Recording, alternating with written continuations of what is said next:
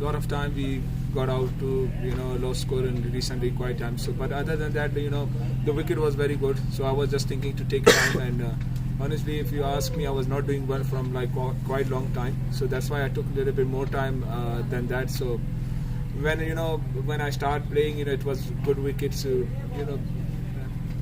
So the last time you played Kuwait, it was in 2012 when you were 60 odd runs, and today it was you again holding the innings. In associate cricket, we don't see teams playing out 50 overs match a lot. How do you see today's match and Kuwait especially? Honestly, if you ask me, that's what they were missing because if you see these kind of teams, they really play only T20 cricket. So when you come to the 50 over, it's not easy because you just take time and you try to hit short in the gaps. I think that's what they were only missing, and we took advantage of that. Take time on the wickets. When we got settled on, then we hit it wherever we want to hit. So do you think that you would risk this big score at the time of end of 40 overs because you had centuries? Both of you had centuries. Do you think that you could have scored that big runs in the last 10 overs? No, honestly, I was just thinking to score 250, about 260. But when we start hitting from 34, 36 over, and it was coming on the bat, and then the ball is edgy, which goes far when you hit it because it's a little bit harder than Kokobora. And when we started hitting it, we were middling all the balls, and honestly, there was no target to score 100 when he scored 100. So he was just trying to hit in the gaps. I just told him just middle the ball because that ball goes very far. And that's what we did. We were not thinking to score some like 370 or something like that. We just trying to hit it and try to hit in the gap. So when you have played against big teams in this in your career, throughout the career, the test teams as well, how big is the motivation that new generation of UAE are going to play India and Pakistan if they make it to the final and win it?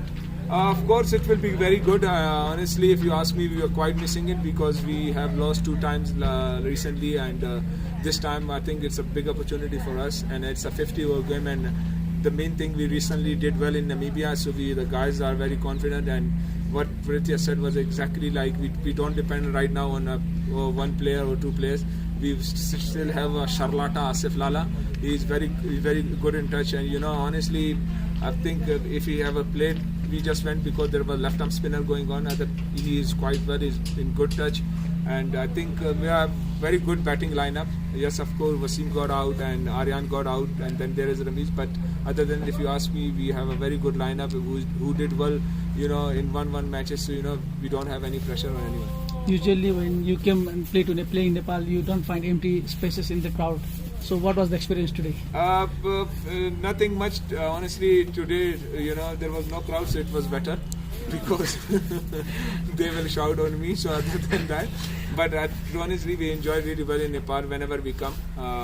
There is crowd or there is no crowd, but they love me. They message me when I open my Instagram. There are a lot of people messaging me, so that's what they love. Because of some works they don't come, but they always support. So in this tournament, Nepal, UAE, and Oman are obvious favorites in ODI status. Do you think any teams apart from that have a real chance of giving tough competition? Yeah, Hong Kong is very quite good side. As you know, they played 2 Asia Cup in recent times, so I believe they are the favorite because they are quite lucky in Asia qualifiers especially, and they have a very good a few batting good batsmen and bowler like Babar Hayat is quite good in touch and he scored 100 recently, and there is Ehsan Khan. They have a very good side.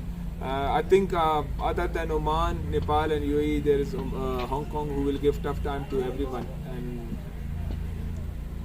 thank you.